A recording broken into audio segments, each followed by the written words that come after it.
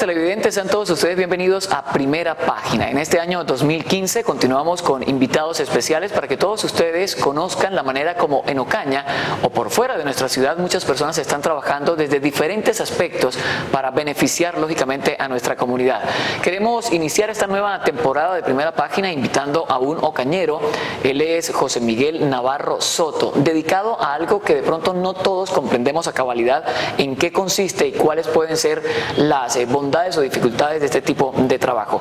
Pues José Miguel Navarro Soto es restaurador de bienes muebles. Se ha venido haciendo a lo largo de los años un trabajo bastante destacado, no solamente en nuestra ciudad, sino a nivel nacional. Todos estos aspectos queremos conocerlos hoy en Primera Página. Así es que sean bienvenidos a esta nueva temporada y sea bienvenido también nuestro invitado especial, José Miguel. Bienvenido.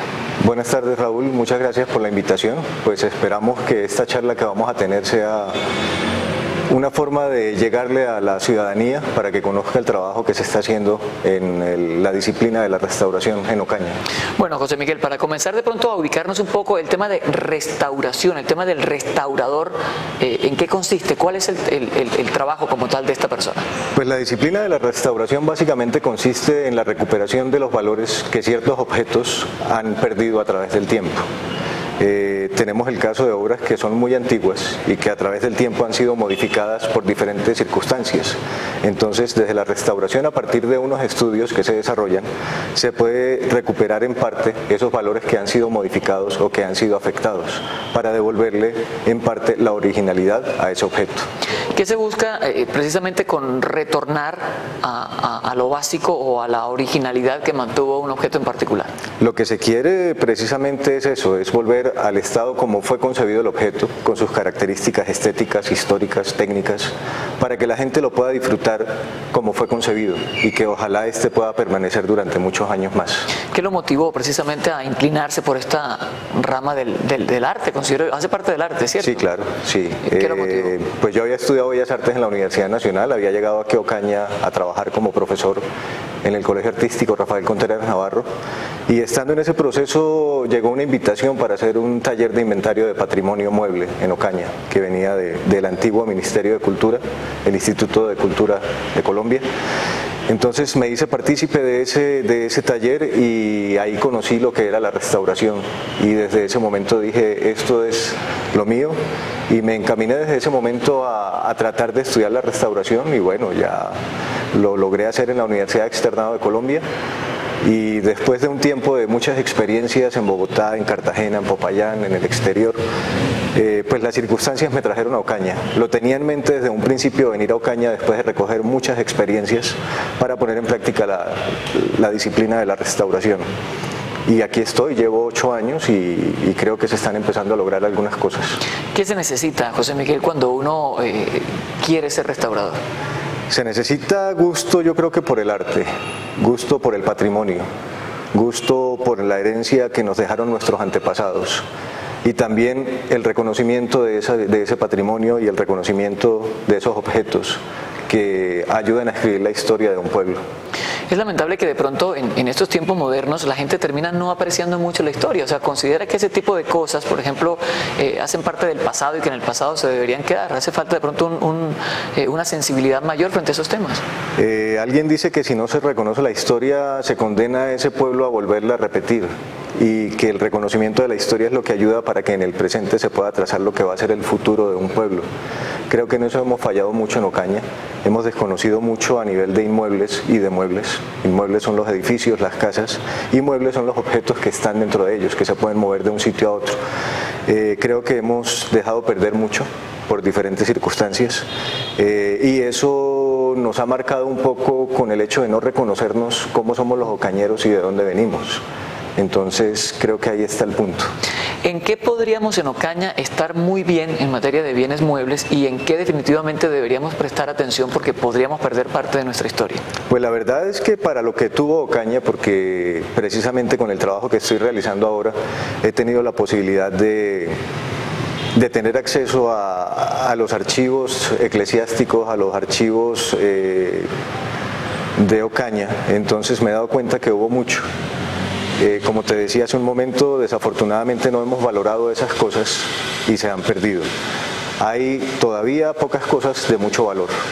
Y caso específico es el caso que tiene la colección del Museo Antón García Bonilla, la colección del Museo de la Gran Convención y algunos objetos que tienen las iglesias antiguas de Ocaña. No solo se debe valorar lo antiguo, lo nuevo también se debe valorar porque tiene unos elementos que son importantes para la historia de la ciudad y tampoco hay que desecharlos. Igual el patrimonio se va renovando y se va refrescando a través que los pueblos van creciendo en su historia.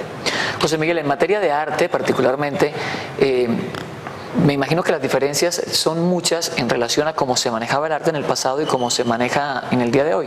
En toda esa investigación, de pronto, ¿qué ha podido encontrar que le llame poderosamente la atención de las técnicas o de cualquier tipo de cosa en el arte? Sí, es bien particular el hecho que el arte es como un reflejo de lo que es la sociedad. Estamos en una sociedad que va andando muy aceleradamente, las cosas son muy inmediatas. Y de igual manera el arte se quiere también así. Yo tengo una experiencia particular con unas obras que quería Monseñor Salazar para el templo de Cristo Rey. Él quería que se le hicieran en 2 meses, pero era un trabajo que se iba a hacer sobre madera que necesitaba un proceso de secado y de preparación con mucho tiempo. Y precisamente en ese momento estaba leyendo un libro de la época del Renacimiento, donde hacía alusión que los materiales tenían que prepararse con mucho tiempo. Entonces en la antigüedad las obras se encargaban con un tiempo suficiente para que los materiales fueran trabajados y manejados adecuadamente para que la obra perdurara. Ahora queremos que todo sea rápido. Si necesitamos, por decir algo en una iglesia, una imagen para tal altar, queremos que se haga de una vez porque la necesitamos para la fiesta que es dentro de 2 meses. Antes no, antes fácilmente podría durar 2 años, 3 años, mientras la madera se ponía a secar, para que no tuviera todos estos problemas que puede tener. Entonces creo que esa es la diferencia, como que va al ritmo de la sociedad y el arte también como que se pega a eso y la gente quiere que todo se haga muy rápido porque vivimos en ese ritmo de agilidad, de inmediatez. El arte del pasado toma valor por la técnica que se utilizaba en el pasado, es decir, no solamente porque sea antiguo, porque sea de colección, porque tenga algún valor histórico. La técnica cobra un papel fundamental también cuando se le crea un valor en el hoy a ese tipo de trabajos. Con relación a lo que estábamos hablando, creo que sí, porque el trabajo antiguamente era todo manual. La madera se tallaba a mano, las molduras de algunas obras se tallaban a mano. Ahora hay máquinas que hacen ese trabajo, eso agiliza. Entonces tiene un poco más el valor del trabajo manual y todo el manejo de materiales, no solo por la misma técnica, sino por la calidad de los materiales que se usaban. Antiguamente los que decoraban altares o los que decoraban esculturas preparaban sus propias pinturas, conseguían los pigmentos, los molían, los mezclaban con el aceite, le agregaban los otros materiales, iban haciendo las pruebas. Ahora compramos los materiales industriales que ya vienen preparados y eso le resta un poco de calidad al final de la obra y también pues se va degradando mucho más rápido. Entonces en ese sentido las obras antiguas tienen un poco más de valor, pero también hay otros valores que están inmersas en esas obras, que son los valores simbólicos, los valores religiosos, otra serie de valores que son importantes para que se destaque o para que se preserve una obra. El que no preservemos las obras del pasado, ¿es un mal nuestro en Ocaña o es un mal nacional o es un mal mundial dentro de lo que usted ha podido indagar? Pues creo que no es un mal mundial. Si tenemos referencias de Europa, Europa se destaca porque conserva mucho parte de su antepasado. Diferentes circunstancias han hecho que se pierda mucho, las guerras mundiales, otros fenómenos que se han desarrollado. En Colombia, en algunas poblaciones, específicamente Mompox, Barichara, no más sin ir tan lejos, aquí en pueblos del norte de Santander, el Carmen ha conservado mucho el casco urbano y algunas imágenes, incluso algunas obras que no son de tipo religioso. Pero en Ocaña, a pesar de que hay un poco, sí se ha perdido mucho, no lo hemos valorado. Como decía hace un momento, también creo que es esa falta de sentido de identidad. Yo de un tiempo para acá estoy diciendo que los ocañeros somos una mezcla de muchas cosas, que no tenemos bien definida la identidad. Hablamos de una manera muy particular, que no se asemeja a Cúcuta, que no se asemeja a Bucaramanga, porque mezclamos el costeño, el paisa, entonces no sabemos... Es ni del todo costeño ni del todo paisa, exactamente. Entonces queda como en la mitad. Entonces eso como que no nos identifica. Si hablamos de la música, por ejemplo, somos de la región andina, se habla de la música andina colombiana en Ocaña, pero ¿dónde están esos registros? Si hablamos de algo que nos identifique en torno a la música, hablamos de Ocañerita, muy fácilmente, pero Ocañerita es de los años 50 del siglo XX. Pero ¿qué pasa con la música de ahí para atrás? ¿Dónde están los registros? Se habla que se ejecutaba y se escuchaba música culta, pero ¿dónde están los registros? Entonces eso es lo que hemos perdido y eso es lo que no nos ha permitido identificarnos y conservar una tradición, porque la influencia, al no tener una cosa muy marcada, la influencia es muy grande y ahí es donde no sabemos para dónde vamos. José Miguel, dentro de ese recorrido que usted ha hecho por diferentes municipios, ciudades de Colombia, incluso en otros países, ¿qué experiencia le queda? ¿Qué pudo notar? ¿Con qué tipo de trabajo de pronto se pudo encontrar? Yo creo que los restauradores tenemos una... ¿cómo es la palabra? Es una cosa muy importante y es la posibilidad de acercarnos al arte y al patrimonio. Pues el hecho de estar en Europa trabajando en una iglesia bizantina, una iglesia del siglo XVI, ortodoxa, y tener la oportunidad de restaurar unos frescos, pinturas murales del siglo XVI de la religión ortodoxa, es una cosa que le cambia a uno el ámbito completamente, porque es otro tipo de religión, otras costumbres, otro tipo de ceremonias, a pesar de ser católico, pero estos son ortodoxos y son un poco diferentes, pero las representaciones religiosas son de otro tipo. Entonces eso me permitió conocer mucho, ampliar el panorama en cuanto al arte. También tuve la oportunidad de estar en la isla de Malta trabajando en el Palacio Presidencial, también restaurando unas pinturas murales del siglo XVI, donde narraban toda la historia de lo que era la vida de Malta, el país como tal, de todas las batallas que hubo. Y eso también es una cosa, aprender de la técnica, de la ejecución de la pintura mural como tal, técnica de restauración, al poder compartir con restauradores de otros países y demostrar que nosotros estamos casi que al mismo nivel. Y también en Colombia, pues una experiencia muy buena fue en Popayán, trabajando con un grupo de jóvenes sordos que se llamaba el Taller del Silencio, con la Escuela Taller de Popayán. Aparte de hacer la restauración de una pintura mural del siglo XVIII, el hecho de compartir con ellos y aprender tanto de ellos, de la lengua de señas, de sus comportamientos, de la dificultad que tienen para recordar cosas o de la dificultad que tenemos nosotros para entender el lenguaje de ellos, eso también me marcó mucho y me puso a pensar mucho acerca del valor hacia todos los aspectos de la vida, no solamente la parte patrimonial ni del arte, sino también de la parte social, de las personas, de cómo asumir y cómo entender esas diferencias que hay entre nosotros. Y eso creo que lo hace pensar a uno de una manera diferente y por eso creo que estoy tan metido en el mundo del arte y en las cosas de la restauración. ¿Las técnicas de la restauración están todas escritas o dependiendo del trabajo usted tiene que comenzar a explorar quizá una nueva técnica que le pueda favorecer más? Hay unas cosas que están establecidas, hay algunas escuelas por las cuales se rige Colombia. Está la escuela italiana, la escuela española, la escuela alemana. Nosotros en nuestra formación estamos más regidos por la escuela italiana, pero eso no quiere decir que tomemos cosas de las otras escuelas. Y como esto va cambiando tanto, hace un rato hablábamos de cómo las técnicas artísticas han cambiado, asimismo las técnicas de la restauración tienen que ajustarse o acomodarse a esas diferentes técnicas. Hay unos materiales que se pueden usar para una pintura que fue realizada al óleo o al temple, que es una mezcla de pigmentos con yema de huevo, que no se puede usar con una técnica de un acrílico, que es un pigmento aglutinado con una resina acrílica moderna. O sea, las cosas son muy diferentes, entonces uno tiene que ir ajustándose y en la medida en que uno va haciendo estudios de técnicas, de materiales, pues así mismo va poniendo en marcha esas técnicas de restauración que van a hacer que los materiales que se usen sean muy similares para que no vaya a haber ningún choque entre lo que se está poniendo actualmente en la restauración y los materiales con que fue hecha la obra.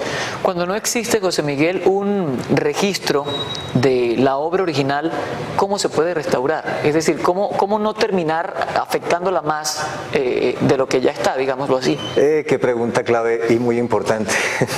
Esa es una cosa que la gente que manda a restaurar las obras no lo ha podido entender todavía. Tenemos una concepción errada y es muy fuerte en Ocaña que el hecho de restaurar es dejar una obra como nueva. Como lo decía al principio, la restauración es recuperar los valores que han sido afectados en las obras. Y la gente quiere que se vea como nueva, quiere verla repintada, quiere verla bonita, y esa no es la idea. Entonces, ¿qué hacemos nosotros? Depende de la obra, se asume la intervención. Por ejemplo, si es una obra de museo que va a ser expuesta, caso específico de una obra que en el taller restauramos, que la recibimos como un San Lázaro y se entregó como un resucitado, porque a partir de los estudios se determinó que esa obra originalmente había sido un resucitado y en el transcurso de la historia fue modificada para un San Lázaro.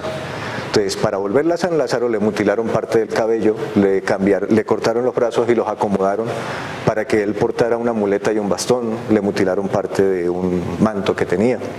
Entonces, cuando se hizo la restauración, hubo partes que no se restituyeron o se reemplazaron. Caso específico del cabello.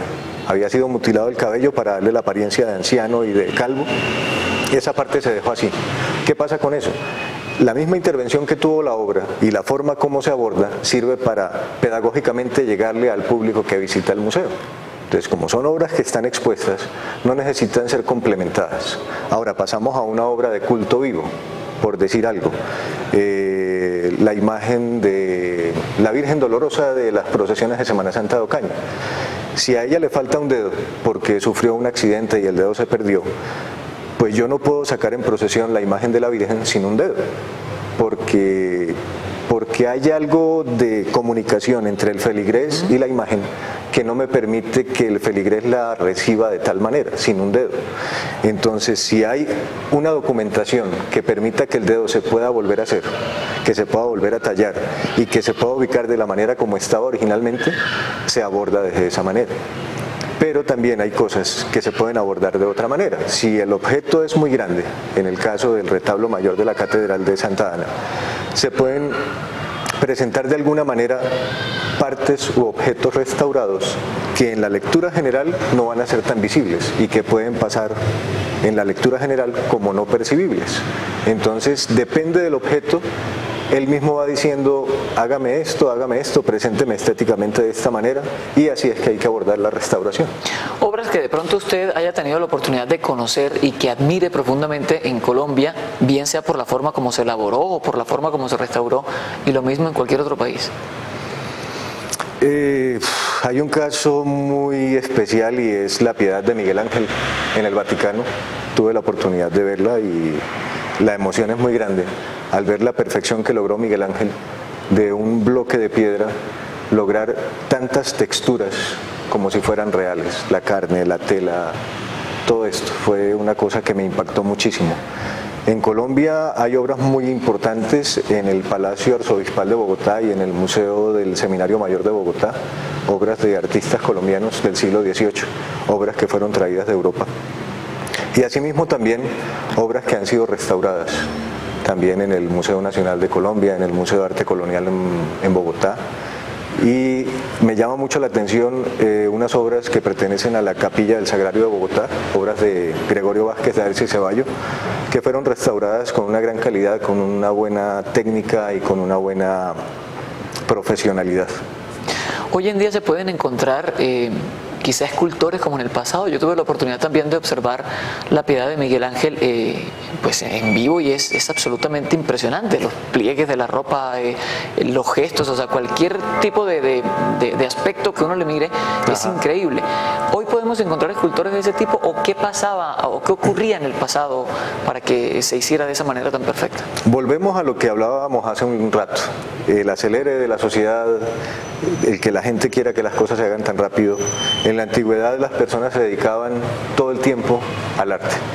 Estaban todo el tiempo tomando notas en sus libretas de apuntes, estaban estudiando mucho. Hay artistas que se metían en los hospitales a recoger cadáveres para poder abrirlos y conocer de dónde iba un músculo, cómo eran las formas de los órganos, las proporciones del rostro. Ahora creo que eso no se hace, se ha perdido un poco, incluso desde la academia, porque ya en la academia no se forma académicamente, si vale el término, a los estudiantes.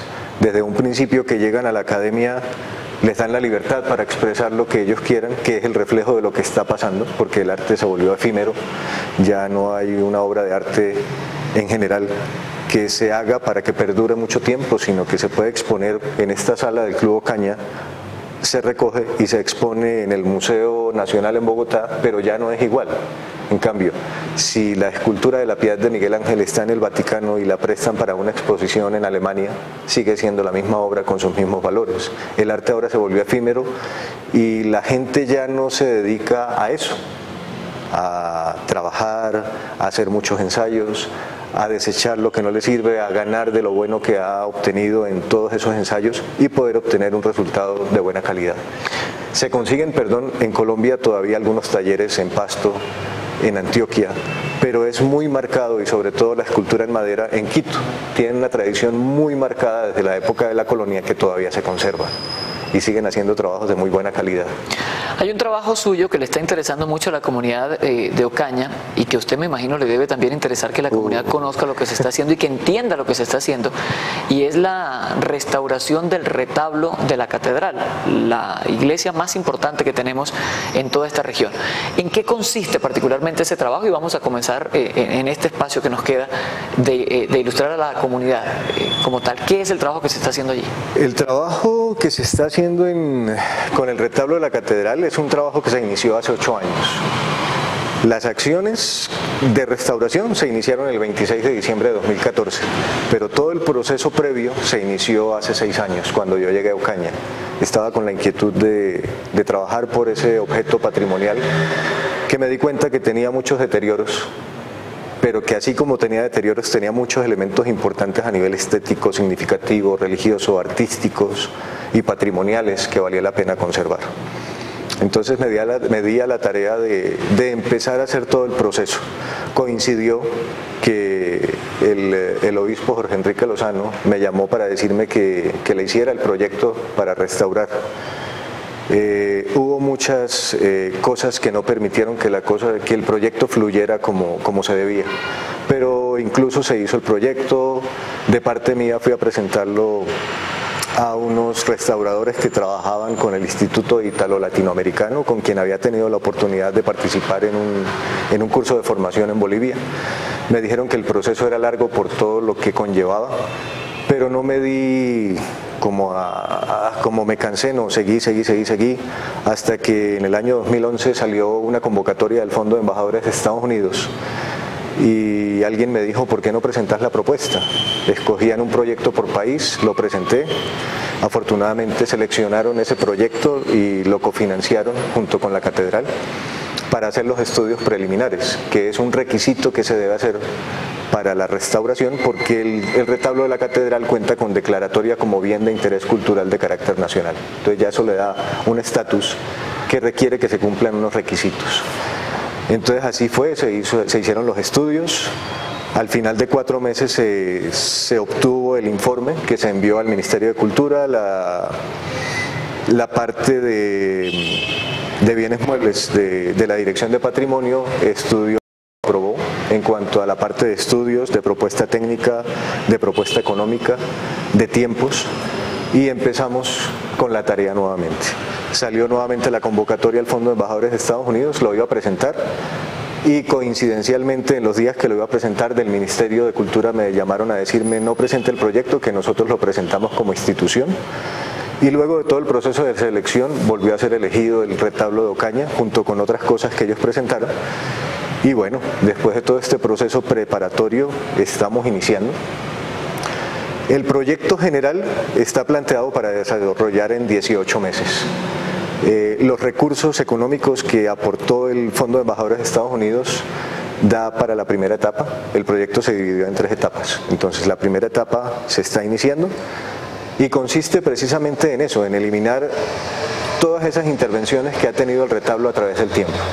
El retablo fue mandado a construir en el año 1768 y por escritura pública fue mandado a decorar en el año 1775. Son 247 años más o menos que tiene el retablo y a través de su historia ha sido intervenido y modificado muchas veces, específicamente 4 veces.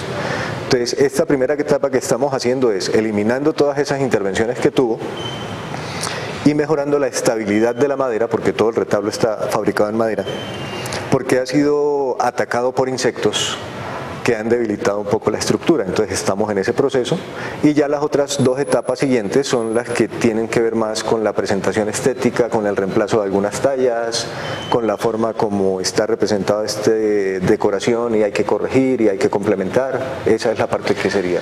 Usted me explicaba algo que es importante que la comunidad conozca, y es que, por ejemplo, el retablo no es como hoy lo estamos viendo. El retablo inicialmente tenía unas decoraciones particulares, luego se le adicionaron unas capas de pintura que terminaron tapándola, y ese trabajo suyo consiste precisamente en ir retirando una a una esa capa hasta volver a observar las imágenes que observábamos al inicio. ¿Cómo se hace todo ese proceso para eliminar todas esas capas de pintura? Bueno, depende de los materiales que hayan sido puestos sobre la capa original, que es lo que queremos recuperar. En este caso, para determinar ese tipo de materiales se toman unas muestras que se mandan a un laboratorio de ciencias naturales. Ellos hacen unos análisis en cuanto a composición de materiales, y eso nos da a nosotros una idea de qué solventes o qué métodos podemos usar para eliminar esas capas de pintura. En este caso nos encontramos con 3 capas que están aplicadas a partir del material oleoso o pintura al óleo, y otras que son a base de acrílico, vinilos y acrílicos. Entonces utilizamos varios métodos. Un método mecánico, que es coger un bisturí quirúrgico y empezar a raspar capa por capa hasta llegar al original. Como vos lo decís, es un procedimiento bastante dispendioso que requiere mucha paciencia y que la gente no lo entiende, porque ahí es donde más tiempo se va para poder eliminar. Ahora, si tenemos en cuenta la dimensión del retablo de la catedral, tiene 9,60 metros por 8,50, es una cosa que lleva muchísimo tiempo. Por eso el proyecto está proyectado proyectado año y medio, es un tiempo bastante largo. Y el otro método que usamos es utilizando un método químico. Hacemos unas pruebas con diferentes solventes, desde el más suave hasta el más fuerte, de manera que uno pueda eliminar las capas que necesita eliminar sin dañar lo que quiere que quede. Entonces también es el riesgo del contacto con los químicos, por eso se necesita la protección, la ventilación, una buena iluminación para no lograr hacer daños. Ese es el proceso que estamos llevando a cabo.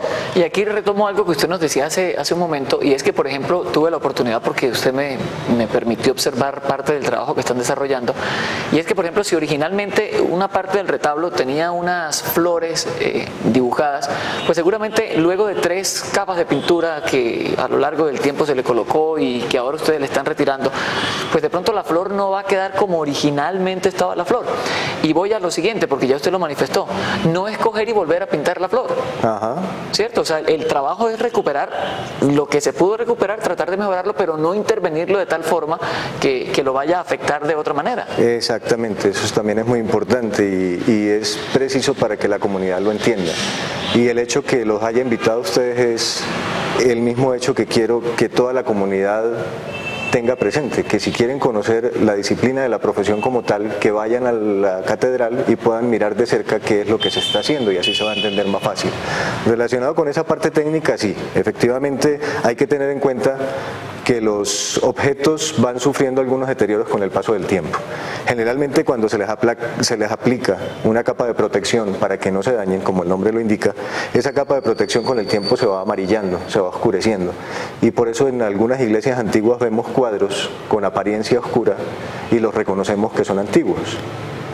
Cuando nosotros llegamos a intervenir, en la medida de lo posible conservamos ese oscuro de la capa de protección para no borrar la huella del tiempo, pero evidentemente hay daños que están producidos por ataques de insectos, por las intervenciones anteriores, que nosotros tenemos que manejar de una manera muy especial. Recuperamos la decoración original, en este caso específico del retablo mayor, en los nichos donde están las imágenes, hay unos diseños de flores y hojas que se están recuperando, y hay algunos daños que aparecen en todos esos diseños. ¿Nosotros qué hacemos? Complementamos solamente con color en las zonas donde hace falta o donde está deteriorado, pero no volvemos a pintar, porque lo que estamos haciendo es recuperando el original. Si volvemos a pintar, pues no estamos haciendo nada. Mejor dejarlo como estaba. Entonces en eso consiste, en recuperar los valores y presentando estéticamente lo que está afectando la lectura del objeto. Pues José Miguel, la verdad que le agradecemos mucho y destacamos este trabajo que usted está realizando en Ocaña a beneficio de nuestra historia, de nuestra tradición, de que recibamos ese mensaje de proteger, de preservar lo que tenemos y lo que nos queda, lógicamente, de la historia, para que lo que hayamos hecho mal en el pasado no lo vayamos a repetir. Mensaje final para toda la gente que está muy esperanzada en ese gran trabajo que ustedes están desarrollando y que de antemano hay que decirles que paciencia, pues son 18 meses de trabajo los que se deben implementar ahí. Sí, pues la invitación especial es a toda la comunidad para que se vincule al proyecto. ¿De qué manera se pueden vincular? Asistiendo a la catedral para que conozcan el proyecto, cómo se está procediendo en la parte técnica. ¿De qué otra manera pueden participar? Si quieren hacer algunos aportes en cuanto a materiales, en cuanto a iluminación, en cuanto a cosas, dinero si quieren, porque tenemos un déficit en cuanto a los recursos y nos estamos dando a la tarea de conseguir los recursos que hacen falta para que no suceda lo que ha sucedido en muchos pueblos y en muchos sitios, que hay solo una parte de recursos, se hace una parte de la restauración y ahí quedó por años. Lo que queremos es que esto se pueda llevar a cabo completamente en año y medio. Entonces esa es la invitación muy especial, que conservemos el patrimonio, pero que a la vez conozcamos los procesos que se están haciendo para recuperarlo. José Miguel, muchísimas gracias. Felicitaciones por tan buen trabajo. No, con todo el gusto para Ocaña y muchas gracias por esta invitación. Muy bien, José Miguel Navarro Soto, restaurador de bienes muebles, hoy aquí en Primera Página del canal comunitario TV San Jorge. Un agradecimiento muy especial a mi camarógrafo Fernel Malagón, al editor Yesid Navarro, a las directivas del Club Ocaña por prestarnos este escenario en el cual hemos podido compartir esta entrevista con todos ustedes. Muchísimas gracias y la próxima semana más invitados especiales aquí en Primera Página.